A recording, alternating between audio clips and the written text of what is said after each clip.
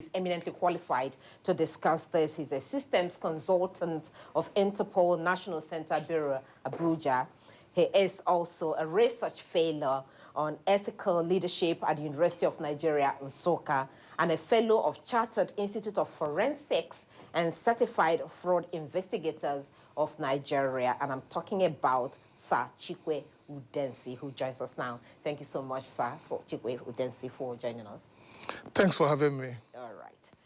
So, everyone in Nigeria knows that every day, almost on a daily basis, you pick up the pages of newspapers, you see one killing or the other. If it is not abduction in the north, it is a killing of security officers in the east, or it is cult attack even in the southwest. These are things you see on a daily basis. Why does it seem like all efforts, or the seeming effort of government is not yielding, the desired result? Oh, thank you very much. I don't seem to know that there is much of seeming effort in the past government. In fact, the past government of Buhari did not do much in terms of security. There was a lot of much lip service, but there was no much that was done. What I mean by much that was done in terms of the tools, the infrastructure, in terms of the morale of the personnel, the security personnel, it was at lowest ebb. And there were no infrastructure to effectively prosecute crime in the society. So let me hope that this government is going to do something different. They have started very well. I hope they will listen to advice, listen to what is being done around the world, what security is all about around the world. If they do that, I guess I will have a better situation. Maybe there will be a Daniel that will come to judgment. But right now, the fact remains that the tools are not there. The necessary tools are not there. And also, we are doing things a little bit the wrong way. We have severally advised, and I hope maybe this government will be listening. We have severally advised that we must have to do things the right way. If you don't do things the right way, you wouldn't be expecting very good results. If you keep doing the wrong things and expecting good results, it doesn't work. It doesn't happen. Okay, so we'll come to what these wrong things are, because it's one thing to know that what you're doing is wrong, or for you to believe that what you're doing is the right way, but probably you're not, achieving the desired result. But first, let's talk about the abduction which happened in Zamfara State, even though the students have been released. As I said in my opening statement, one would have thought that by now, the issue of abduction would have been a thing of the past in the country. I'm very happy. Let me congratulate the law enforcement for doing the needful and ensuring that the students were being released. But the question is it because they're the students that are being released? Is it because it is high profile? Abduction is happening every day on almost all streets and corners of the country. Abduction is going on. And the question is, what do you do? Where are the tools that are required to ensure that there is some level of deterrent for those who engage in these very abnormal and very ill behaviors in the society? The tools are not there. If you don't have the tools, what do you do? If you want to identify locations where an abduction has happened, there are necessary tools. There's some necessary intelligence. And also the proper training of staff. For some time now, that has not happened in the country. And that is why I'm saying that I hope this government will take a new leap away from the previous government. The previous government wasn't listening. They didn't care about security. There was lip service paid to security. And today, look at where we are. It's a combined factor of the ills of yesterday, the neglect of yesterday. That is what has put us where we are today. And the fact remains that abduction is going on every day, every second. Many reported, and many unreported. Many unreported, don't forget or that, underreported. Don't forget that as a data collector, as an information analyst, we believe that about 25 to 30% of things that happen, that is what you see reported. If you check actually, and especially if you consider that very close to 75% of our people are in the rural areas, and 75% of the country is in a rural setting. Collection of data from the rural area is a problem. So it becomes a very serious issue in making sure that we have the tools to make sure that there's proper security in the society. Today, as I talk to you, our people are miracle workers. The law enforcement are doing miracle. So let's go into what these tools are. You've talked so much about the tools. You said no infrastructure. And one will begin to wonder, what exactly are you talking about? Because we do know that at least our security officers have been, we've seen a few trainings that they go through. We've also seen some equipment imported and brought into the country, even from the last administration. So what specific tools are you talking about that are lacking in the country? Have you seen the average policeman on a beat? You know what I mean by a beat? At work. Have you seen the dressing of the policeman? Does he have the tools? Does he have walkie-talkie? Does he have his proper arms and ammunition? Does he have the proper communication gadgets? If you just oppose what we have with what it ought to be, you see that we are very far behind. A policeman on the beat ought to be properly kitted. The kitting of the police. He has to be able to protect himself, to be able to protect the society. Is he properly protected?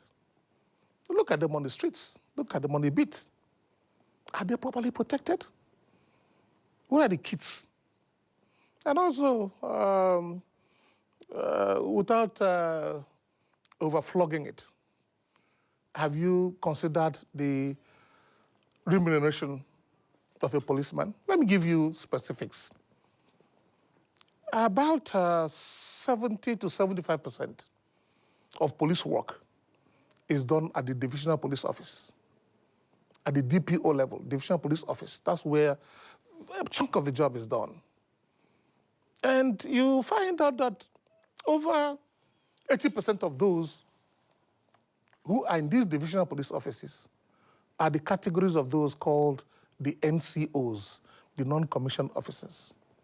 It used to be from constable to sergeant. Sometimes people even add the inspectors as non-commissioned officers. This is the job. What do they earn? Do they have the basics that is required for them to do their job in protecting the society? Are they properly protected to be able to protect the society? The answer is no. Very big no. If a country is serious in ensuring that the lives and property of the people are properly secured, you must make sure that the man who is doing the security job is equally secured.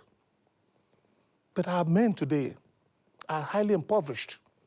If you see, they are more or less beggars on the street most times. And shamefully too, it ought not to be that way.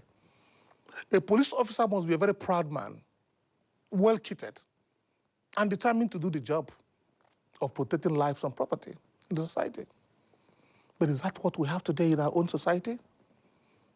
And when we make some references and make some juxtapositions, and we say, look at what is happening abroad, let us look at our neighbors. Don't go too far. Look at our neighbors. Our neighbors have left us behind. They have moved on. We did advise some years ago when the Police Act was to be amended. We, the security consultants, the certified security consultants, we gathered together and said, let us make an input. One of the very big problems associated with the management of security in the country today is the tenure of the Inspector General of Police. You know, the Nigerian Police Force is the principal agency responsible for maintenance of law and order. So we're interested in the man who is in charge there. Let him have a tenure. The average tenure we have had the Inspector General of Police has been between 1.5 years. And most people consider those positions as retirement positions. Somebody puts in 33, 34 years in service. He has only about a year to go. And you make him Inspector General of Police. He'll be more serious with the business of retirement than doing the job of Inspector General. So we said, let there be a tenure for the Inspector General of Police. At least 5 years at the first instance. So that he can plan and plan effectively. Nobody is going to effectively plan security of the state and implement anything in 1 year. And then we agreed on that. And we succeeded in getting the amendment of the Police Act. So the Inspector General of Police now has a tenure. But we didn't realize that there was a superior provision in the Constitution that says that once you are 60 years of age, or maybe you have put in 35 years in service, you're on your way out. So that superior position supersedes or superintends over whatever amendment that we have had. So we're asking, let us quickly do this. What is in the amendment? Let us amend these things to make sure that the General Police will have a tenure so that he can plan effectively on how to manage the affairs of security in the country. If it's just 1 year, 1.5 years, it's not enough. And if you leave that upper echelon and come down to the divisional police offices, there are fundamental flaws, fundamental problems. Yeah, the typical divisional police office has nothing there to do the job of security or policing. If you look at even the very cars that are from time to time supplied to them, they are rickety cars. It's a national shame.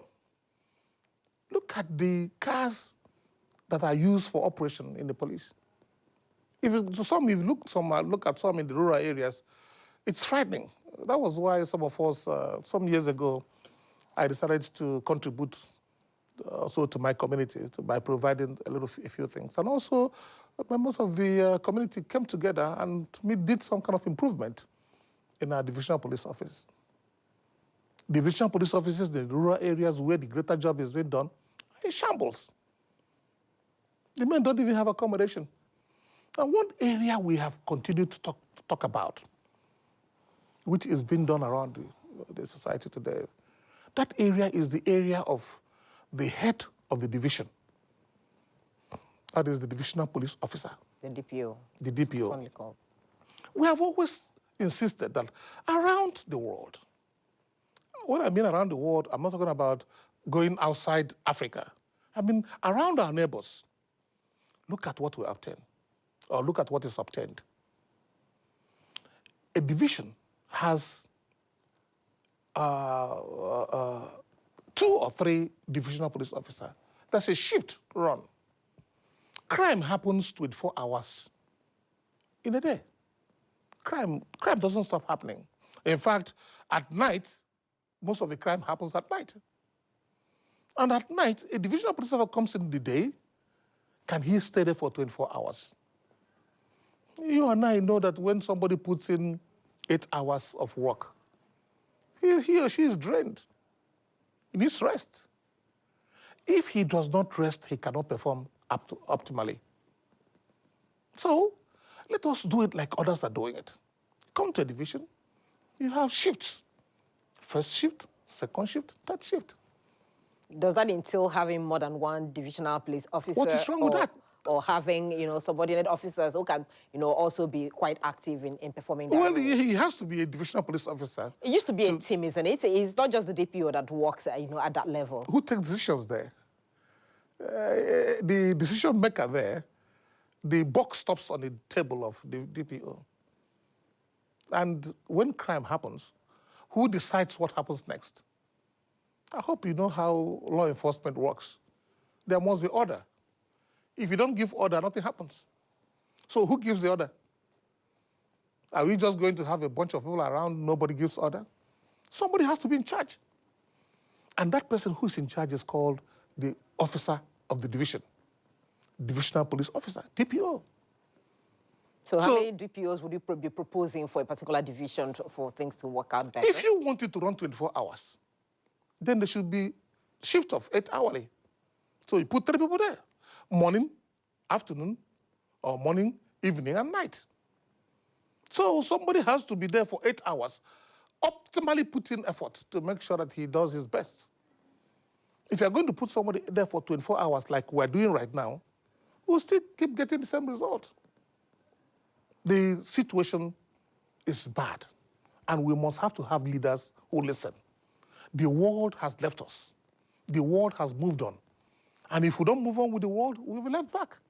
And that is why we're having these enormous problems that we have today in terms of security.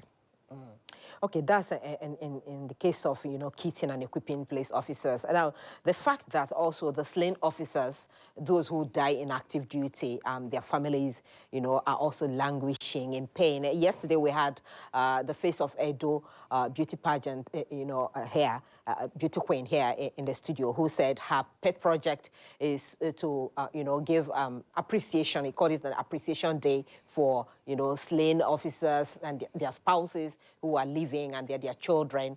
And she said she was, that thought came to her mind because she has visited barracks, where some police officers are living, the condition, the deplorable condition of the barracks, the way their children are, the way they look, not even going to school, not feeding well. And this is the motivation. Now, my worry is, why has this continued? Is it an issue of budgeting, or is it, what exactly is the problem? Or is it the leaders, or the president, or those in authority not caring about these things? Because we see this every day. Well, why are we so concerned about going to spend so money when the man is dead or when the woman is dead? When he's alive, let us provide for him. I don't believe the idea of having to glorify much about death. Though I'm very concerned about the quality of benefits that goes to dead officers, especially those who die in active service. I'm concerned about that. But I'm more concerned about the quality of life they live when they're alive. When they are in active service, look at how they live. You talk about the police quarters. If you go in there, I don't know if you have been there before, go into an average police quarters and you come out sick, extremely sick. And that is where those who maintain law and order live in with their families. People ask, what is the problem? Yes, that's my question. I had the opportunity of discussing very closely with an Inspector General of Police that was there before, Okiro, Mike Okiro, a very sound operational police officer that was IGP. I had close contact with him. I said, why can't we do this? He was very willing to do it too. But you must have to understand that the police force has negatives that goes with it. The negatives, I mean, is that once he becomes a police officer in high position, you try to protect government. You can't come here. No IGP can come here and say government is not doing well. But the truth is that the leadership is not providing enough funding for the police work. If you pay peanuts, they say, you get monkeys. If you want to have sizable, functional police operation in the country, you must provide the necessary tools and also motivate the personnel well. The police personnel today are poorly motivated. See, sometimes when I see the behavior of some of our non-commissioned officers on the highway, it's a combination of frustration and a whole lot of other things. As much as you blame them for their attitudes, what are the options open to them other than to behave like animals? When you treat one like an animal, he behaves like an animal. The country is currently treating our law enforcement agents like animals because the provisions are not there. Have you seen, like I asked before, a policeman on the beat? Have you seen the average policeman? Maybe you come to town and see those who are probably working in banks and even those working in banks. I remember very clearly when I went to discuss with Okiro, Mike Okiro, the then IG, I said, look at the number of policemen that are being killed as a result of armed robbery in the banks. These same banks are declaring billions of profit every year. But look at the policeman. No body armor, no helmet. He's not properly kitted. He dresses in a very haphazard way with a gun in the police station, in the bank, wanting to protect those who are declaring billions every month or every year. And then look at the way he's dressed. And when you see the movement of money, the money is put in an armored vehicle. It's protected in an armored vehicle. Then look behind, and you see the vehicle that is going behind the armored vehicle, policemen unprotected. They are in pickups or some lousy vehicle, unprotected. Then the money itself is in an armored vehicle, protected. So the money becomes more important than the money is more important than the policeman. Okiro now gave an order. Either you protect my boys to protect the money, or you protect the money by yourself. And they changed. For some reason, once Okiro left, everything went back to Ilap's position. Why must a police officer be in a banking institution protecting money, and he's not protected? What country is that? What society is that? What management is that? The man must be properly protected before he can protect the money. The criminal knows who the policeman is. The policeman doesn't know who the criminal is. People are coming in and out. And so if you see the setup, you wonder, are we not serious-minded people? Also, another one that is quite also disturbing is intelligence tools. We have kept advocating, and I hope this government will listen. We have a new Inspector General of Police. We are waiting for him to get situated before we go to him. We are saying that there must be tools that is required to do the police work. And we are talking about intelligence policing. We're not more talking about sobriety checks, armed guards and sobriety checks. We're not talking about that. That's not right. Let us use intelligence tools. In fact, what it is being called around the world is proactive policing, crime prevention. You prevent the crime before it happens. Because if you don't prevent it, once it happens, you spend more money and more time in trying to solve it. It has happened already. So we're saying you must have to prevent the crime. Crime prevention is better than being reactive to crime actions. So your overall assessment of the security architecture in the country is that it is nothing to write home about. This is poor at the moment. So how it is faulty. It is faulty. Yes. Okay, so how do you intend to engage the government of the day? Because like I said earlier, it's you might be doing something and you believe what you're doing is right, but you're not achieving results. So is there any form of engagement now with the president of the day? And then some of the, you said you want the IGP to settle down before you go engage him. So how are you experts in the field engaging the authorities of the day to ensure that this thing changes? Well, we have the organized way of communication. Television is not one of them.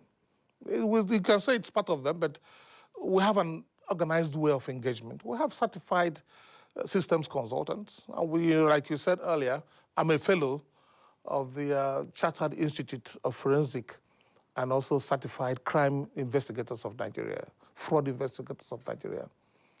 We have a way of communicating. We shall write the IG to meet with him and to find ways to say, listen, let us find ways to prevent crime before it happens. And to do that, another very strong area we have been shouting, we have been talking to government, and for some reason, nobody's listening. You must have to professionalize the police. Today, you know what we have, my dear? General duties officers. Today, he's here in a forensic lab. Tomorrow, he's in another department, administration. The following day, he's in another department. A policeman, first 5 years of his being in the Nigerian police force, can be in general duties. Okay. But after that, he must have to specialize in an area and remain in that area of specialty. For our discussion, we'll be looking at appraising Nigeria's security architecture as well as what can be done to improve police operations in the country. And our guest is still very much around, Sir CHIKWE UDENSI, Assistant Consultant of Interpol National Center Bureau. Sir CHIKWE, thank you so much for your time with us, CHIKWE UDENSI. Thank you, thank you. Okay, so before we let you go, let's allow you to land on that, final discussion before we went on that short break. We're talking about the need for a specialization of security officers, particularly police officers, after their initial being on general beat. Could you land on that? Yes, you see, if you look around the world, as we traveled out, as we interacted, we realized that a principal security organ like the Nigerian Police Force, see what is happening around the world. There's level of specialization. I gave this example the last time I came here. We had an occasion in South Africa. We went with some 4 policemen from Nigeria. And then policemen came from all parts of Africa for the meeting. And it was time for introduction. Every police officer from the other side of the coin introduced themselves. They were specialists in their various areas. In fact, we were even surprised. One said he's a specialist in child homicide. So even in homicide, you have the child homicide. But you see, we have a different thing in the Nigerian police force, unfortunately. We tried to see if we could create this change when the Police Act was to be amended. We made a very strong representation. We said, we're not going to allow it to the decision of the Inspector General of Police or maybe to the police management team to decide on specializing the police force. There must have to be specialties. They must have to specialize. We suggested that the first 5 years of his being in the police, he can be in general duties. They touch all the departments in police. But afterward that, he or she should specialize because the world has specialized. If you're not a specialist in your area, it is not to the benefit of the nation. And it's not even to the benefit of the job you're doing. Not even to your own benefit when you leave office. Because if you're leaving office as a policeman, special duties, somebody wants to employ you, what is he employing you as? But we do have some areas of specialization, don't we? Or you're saying it's not enough. I know there are some people who are in the fraud detection, departments. There are those who detect bombs and all that. I don't know what names they are called now. So isn't that enough areas of specialization? Well, these are specialty areas, and we are saying they should remain there and specialize. Right now, that's not the case in the police. The case in the police is that you can be moved anywhere. Today you are in homicide, tomorrow you can be moved to anti-fraud. You can be moved to forensic.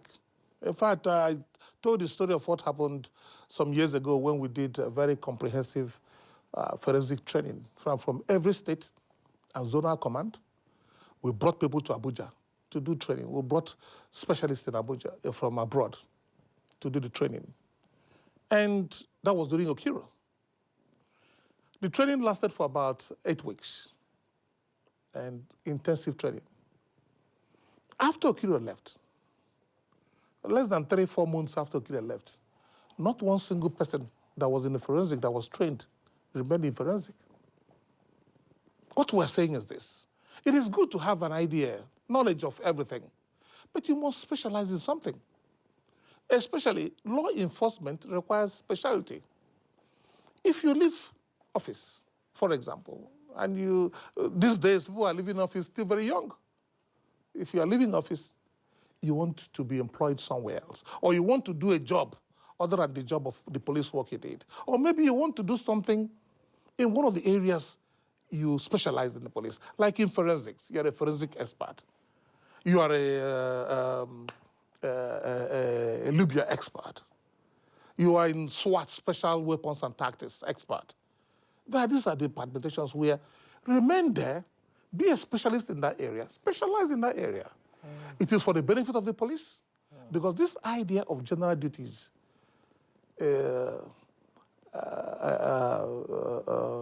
jack of all trade, and master of none. It is not in our interest, not in the interest of the nation, and not even in the interest of the young man or woman themselves. or the officer who is doing that. Because when you leave office, life should continue. That's true. How does life continue? And what are you? Are you a general duties officer? The world is no more general duties. The world has specialized. And that is why I urge the police to make sure we toe that line of specialization. It is to the benefit of the nation. All right, quite insightful discussions we've been having for the past few minutes with Sir CHIKWE UDENSI, who is a consultant of Interpol National Center Bureau, a research fellow on ethical leadership at the University of Nigeria, NSUKKA, and a fellow of Chartered Institute of Forensics and Certified Fraud Investigators of Nigeria. He's joined us to look at Nigeria's security architecture and how to improve police operation as the main security agency charged with internal security in Nigeria. It's been a wonderful session with you. Thanks for having me. Thanks for having me. Have a great day. All right, we're done. From security matters now, we'll be moving into health